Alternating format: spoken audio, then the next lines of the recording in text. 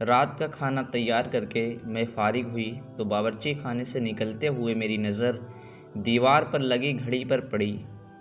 If, اتنی دیر ہو گئی۔ میں نے جلدی سے سامنے صوفے پر پڑی چادر اٹھا کر اوڑھی اور گھر کی چابی پرس میں ڈال کر گھر سے نکل گئی۔ راستے میں ہی مغرب کی اذان شروع ہو چکی تھی۔ بچے کہیں گے آج مما ہمیں ٹیوشن سے لینا ہی بھول گئی۔ میں سوچتی ہوئی تیز تیز قدموں سے ان کے ٹیوشن سینٹر کی جانب بڑھ گئی۔ مما آپ نے اتنی دیر لگا دی؟ 7 سالہ ریحان شکایتی نظروں سے مجھے دیکھتے ہوئے بولا، جبکہ 6 سالہ انعم بھی منہ پھلائے چل رہی تھی۔ مجھے اس کا منہ دیکھ کر بے ساختہ ہنسی آ گئی۔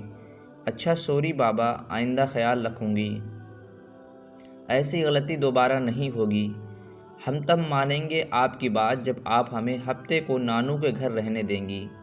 انعم ریحان کی شرط پر میں نے ہنس کر حامی بھر لی۔ جلدی چلو، تم لوگوں کے بابا بھی گھر آنے والے ہوں گے۔ میں دونوں کا ہاتھ پکڑ کر سامنے والی گلی میں داخل ہو گئی۔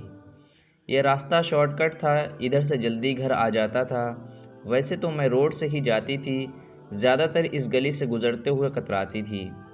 اف مما، یہ کتنا ڈراؤنا گھر ہے، اس کو دیکھ کر ڈر لگ رہا ہے۔ ریحان ہاؤس نمبر 450 کو دیکھتے ہوئے بولا، جو بالکل اندھیرے میں ڈوبا ہوا تھا۔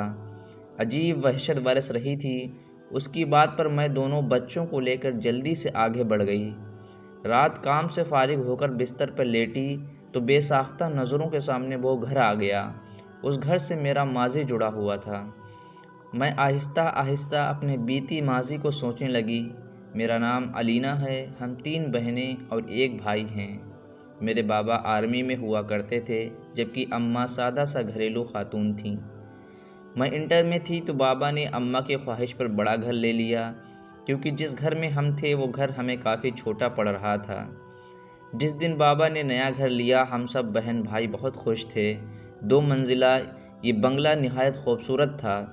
نیچے والے حصے میں 3 بیڈ روم، بڑا سا ٹی وی لاؤنج اور ڈرائنگ روم اور باورچی خانہ تھا، جبکہ اوپری حصے میں 2 bed room, T V lounge اور 1 اسٹڈی روم تھا۔ چھوٹا سا باغیچہ تھا جس میں نیم بیر کے درخت لگے تھے اور کار پورچ اتنا تھا کہ 1 گاڑی کھڑی ہو جائے۔ میری بڑی بہن مہرین جو مجھ سے 2 سال بڑی تھی، اور پھر اس سے چھوٹی ثنا جو 1 سال بڑی تھی، پھر میں تھی، اور سب سے چھوٹا ہمارا بھائی جو اس وقت 7ویں جماعت میں تھا۔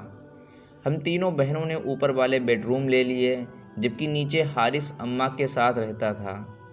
ہم تینوں بہنیں چونکہ کافی ڈرپوک تھیں تو ہم ایک ساتھ بیڈ روم میں سوتی تھیں۔ جس دن ہم شفٹ ہوئے اس دن کافی تھکن ہو گئی تھی۔ رات گئے تک سامان وغیرہ سمیٹ کر فارغ ہوئے، باقی کا کام اب کل کر لینا، اب جاؤ تم لوگ بھی سو جاؤ۔ کھانے سے فارغ ہوئے تو امی بولیں، تو ہم تینوں بہنیں اوپر آ کر لیٹ گئیں۔ تھکن اس قدر تھی کہ لیٹتے ہی نیند آ گئی۔ ابھی سوئے زیادہ دیر نہیں ہوئی تھی کہ مجھے نیند میں ایسا لگا کہ کوئی باہر دروازہ بجا رہا ہے۔ میں نے اٹھ کر دروازہ کھولا تو سامنے کالی بلی کھڑی مجھے گھور رہی تھی۔ اس کو دیکھ کر میری بے ساختہ چیخ نکل گئی۔ میری چیخ پر میری بہنیں گھبرا کر اٹھ گئیں۔ کیا ہو گیا، سب خیر تو ہے؟ مہرین نے میرے پاس آ کر پوچھا۔ تم بلی سے ڈر گئی؟ اس نے حیرت سے بلی کو دیکھتے ہوئے کہا، اور میں شرمندہ ہو کر واپس بستر پر آ کر لیٹ گئی۔ ہفتے کی رات ہم تینوں بہنیں دیر رات تک جاگ کر باتیں کرتے رہیں۔ یہی کوئی رات کے 2 بجے ہوں گے۔ ہمیں ایسا لگا باہر ٹی وی لاؤنج سے باتوں کی آواز آ رہی ہے۔ اس وقت کون ہو سکتا ہے؟ ہم بولتے ہوئے کمرے کا دروازہ کھول کر جیسے ہی باہر آئے تو ایسا معلوم ہوا جیسے یہ باتوں کی آواز باورچی خانے سے آ رہی تھی۔ باورچی خانے میں نے جھانکا تو وہاں کالی بلی سامنے کا وینٹر پر بیٹھی نظر آئی۔ ہمیں دیکھ کر اس نے چھلانگ لگائی اور سامنے کمرے میں گھس گئی۔ ہم ابھی سمجھ نہیں پائے تھے کہ یہ کیا ہوا، پھر ہماری نظر سامنے جلتے چولہے پر پڑی۔ ایسی خوشبو آ رہی تھی جیسے کچھ پک رہا تھا۔ لہرین نے آگے بڑھ کر چولہا بند کیا۔ ہم تینوں ہی گھبرا سے گئے تھے۔ اس بات کا ذکر ہم نے اگلے دن امی سے کیا، جس پر وہ الٹا ہمیں ڈانٹنے لگیں کہ جلدی سویا کرو۔ اتوار خالہ اپنی فیملی کے ساتھ ہم سے ملنے آ گئی تھیں۔ رات دیر تک وہ اپنے گھر گئیں تو نیچے ٹی وی لاؤنج میں رکھے تخت پر بیٹھے ہم تینوں بہنیں اور امی باتیں کر رہے تھے، جبکہ ابو اور حارث سونے جا چکے تھے۔ امی کی نظر لاؤنج سے جاتی سیڑھیوں پر پڑی۔ ارے علینا بیٹا، اوپر دیکھو، کوئی بچہ رہ گیا۔ خالہ کے چھوٹے چھوٹے بچے تھے، کافی شرارتی سے۔ امی کو لگا کہ کوئی بچہ اوپر نہ رہ گیا ہو۔ امی کی بات پر ہماری نظر بھی اوپر کی جانب جاتی سیڑھیوں پر اٹھی تو دیوار پر چھوٹے بچے کا سایہ نظر آیا۔ میں نے اٹھ کر اوپر جا کر دیکھنے لگی، مگر وہاں کوئی بھی نہیں تھا، جس پر میں خوفزدہ ہو کر تیزی سے نیچے آ گئی۔ جب میں نے امی کو بتایا کہ اوپر تو کوئی بھی نہیں ہے تو امی بھی چپ سی ہو گئیں۔ ہم سب حیران تھے کہ جب اوپر بچہ نہیں تھا تو وہ سایہ کس کا تھا۔ کچھ دنوں بعد بات آئی گئی ہو گئی۔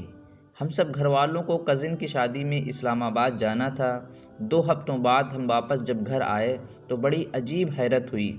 پورا گھر شیشے کی مانند چمک رہا تھا، ایسا لگ رہا تھا کہ روز گھر کی صفائی ہوتی رہی ہو۔ ہمیں یہ سب دیکھ کر بڑی حیرانی ہو رہی تھی، بلکہ حارث بولا، ایسا لگتا ہے روز کام والی آ کر کام کر کے چلی جاتی تھی۔ میں نے منہ دھونے کی غرض سے غسل خانے میں گئی تو غسل خانے کا گیلا فرش دیکھ کر مجھے حیرت کا دھچکا لگا۔ ایسا لگ رہا تھا جیسے کسی نے غسل خانہ استعمال کیا ہو۔ پھر تو یہ معمول بن گیا، گھر کے افراد گھر سے باہر ہوتے تو غسل خانہ بھی استعمال ہوتا اور باورچی خانے میں بھی رات گئے کھٹر پٹر کی آوازیں آتی۔ ہم لوگوں کو وہ کالی بلی مستقبل گھر میں گھومتی ہوئی نظر آتی۔ ہم لوگ اب آہستہ آہستہ ان باتوں کے جیسے عادی ہوتے جا رہے تھے۔ جب وہ ہولناک واقعہ رونما ہوا، جس کے بعد ہم نے فوراً وہ گھر چھوڑ دیا۔ رات کے کسی پہر امی کی آنکھ کھلی تو انہیں محسوس ہوا چھت پر کوئی ہے۔ وہ سمجھی ہم بہنیں سونے کے بجائے گپوں میں مصروف ہیں۔ وہ دبے قدموں سے چھت پر آئیں۔ وہاں گول دائرے میں 10-12 عجیب شکل والوں کو بیٹھے دیکھا۔ وہ منظر اتنا خوفناک تھا کہ امی بے ہوش ہو گئیں۔ فجر کی نماز کے لیے جب ابو اٹھے اور امی کو کمرے میں نہ پا کر لاؤنج میں آئے تو انہیں سیڑھیوں پر امی اوندھے منہ پڑی نظر آئیں۔ ہوش میں آنے پر جب امی نے رات والا منظر بتایا تو ابو نے فوراً فیصلہ کر لیا، یہ گھر چھوڑ دینا مناسب ہے۔ اس سے پہلے کوئی بڑا نقصان ہوتا، ہم نے وہ گھر چھوڑ دیا۔ آج اتنے برس گزر جانے کے بعد بھی سوچو تو خوف کی سرد لہر ہمارے جسموں میں دوڑ جاتی ہے کہ وہ 6 ماہ جس کو بلی سمجھتے رہے، در حقیقت وہ ایک جن تھا۔